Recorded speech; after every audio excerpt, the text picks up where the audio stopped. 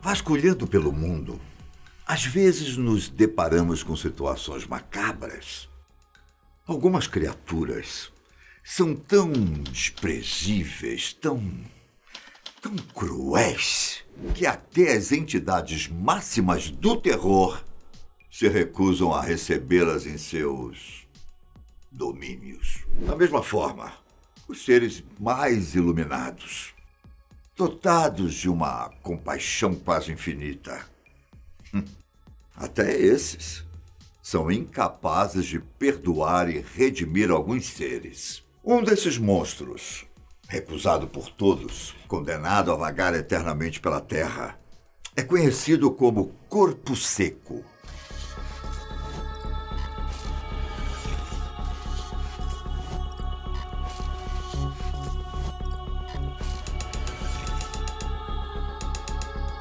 A região onde nasce essa terrível lenda urbana é o Vale da Ribeira, localizado entre os estados de São Paulo e Paraná. E antes dessa terra ser explorada pelos europeus, diferentes tribos indígenas já haviam batalhado pelo local.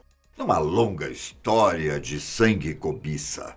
O descobrimento do ouro, como vocês podem imaginar, não melhorou as previsões para o povo que já vivia nesse local. Não. O metal precioso é famoso por despertar o que há de pior nos homens gananciosos, os atraindo até as jazidas. Não foi diferente no vale. Após o descobrimento do ouro, diversas pessoas chegaram ao local, atraídas pelas promessas de riquezas. Miguel Antônio foi um deles. Para aqueles que tiveram prazer, digamos, prazer? Não prazer. Desprazer de conhecer tão impiedosa alma, sua figura ficou marcada por conta do jeito cruel que tramava contra seus inimigos e também pelo hábito de facilmente trair seus amigos. Sua cobiça, logo após sua chegada, já era conhecida nas ruas da cidade. Uma sede quase infinita por dinheiro e riqueza.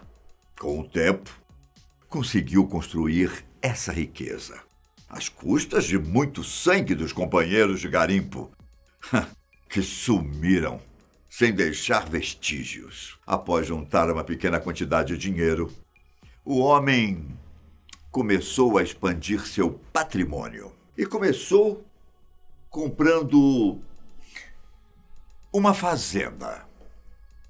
E os escravos, que seriam responsáveis por cuidar das terras. Aliás, os escravos ainda viriam a ser uma parte importante de toda essa história.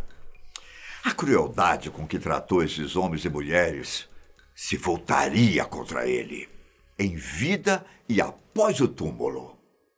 Surpreendentemente, Miguel casou e teve filhos, mas sua loucura pelo ouro fez com que todos fugissem para São Paulo. Os familiares, assustados com todas as perversidades que assistiram, escaparam por pouco da fazenda, apenas com a roupa do corpo. Afinal, Miguel não permitiu que levassem mais nada, tamanha sua avareza e mesquinharia.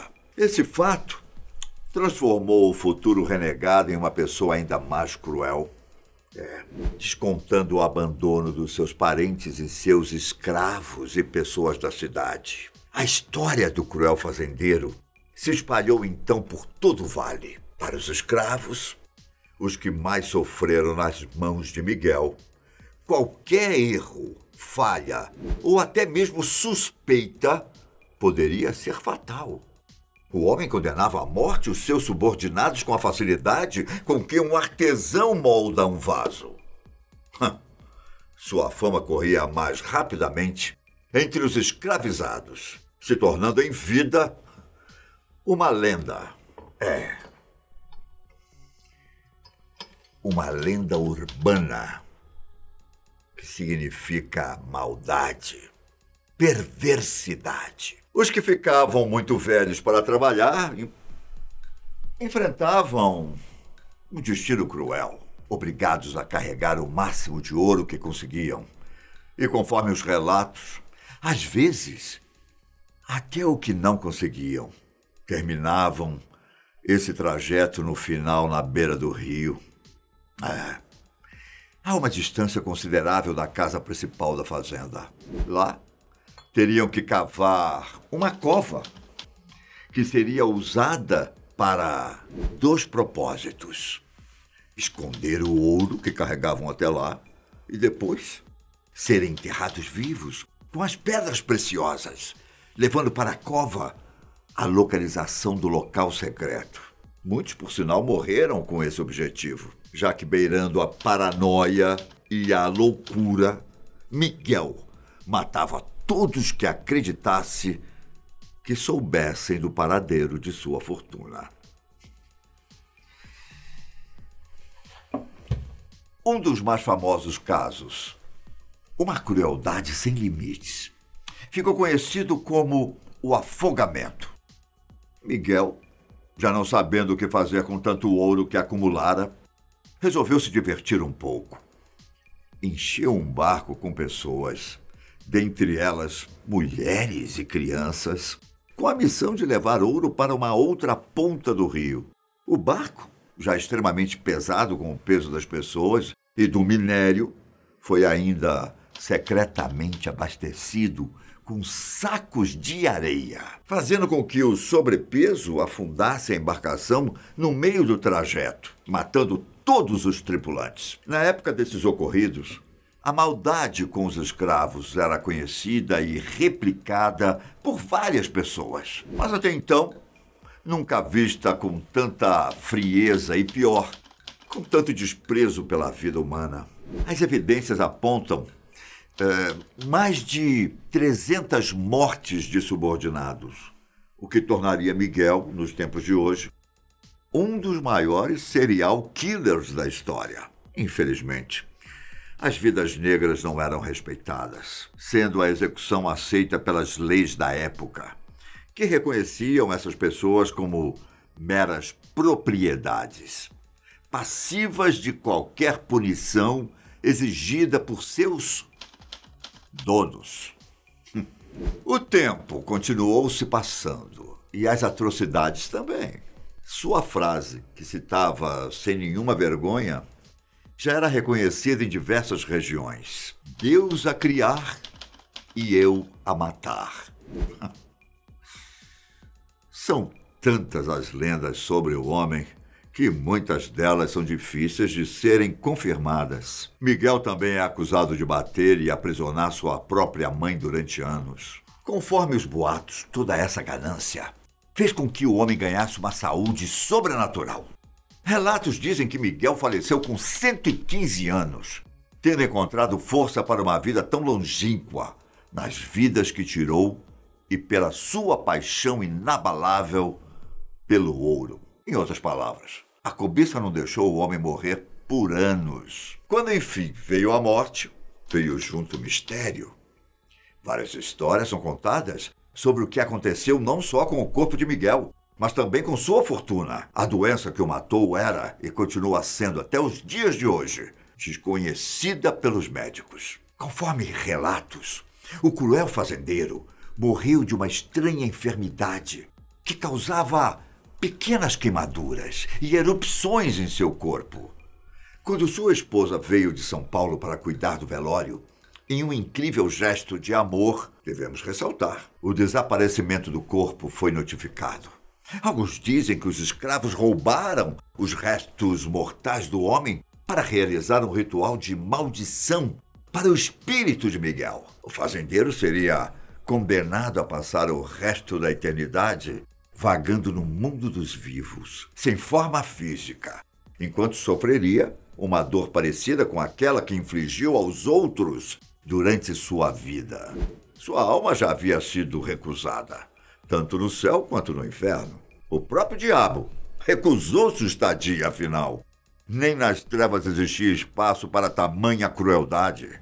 Deus e seus anjos também foram incapazes de perdoar o homem, já destinado a passar o resto da eternidade vagando. em forma de espírito.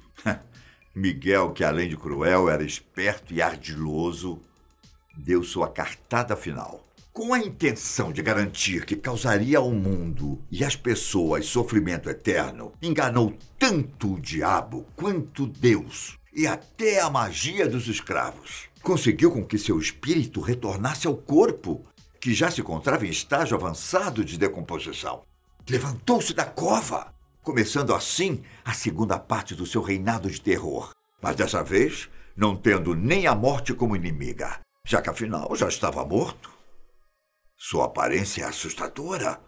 Um corpo cadavérico, apodrecido, coberto por um casaco de pele feito com a carne e a pele de suas vítimas. O nome Corpo Seco vem de sua aterrorizada fisionomia. Um corpo sem carne, muito parecido com aquilo que conhecemos como zumbi. Embora esteja morto, o bicho precisa de energia para continuar a cometer suas maldades. E para isso, suga a energia vital das árvores que usa como esconderijo. Além da energia das plantas, o sangue das vítimas humanas serve como alimento para o ser, o que faz com que esteja para sempre em uma caçada contra a humanidade e pela sua sobrevivência.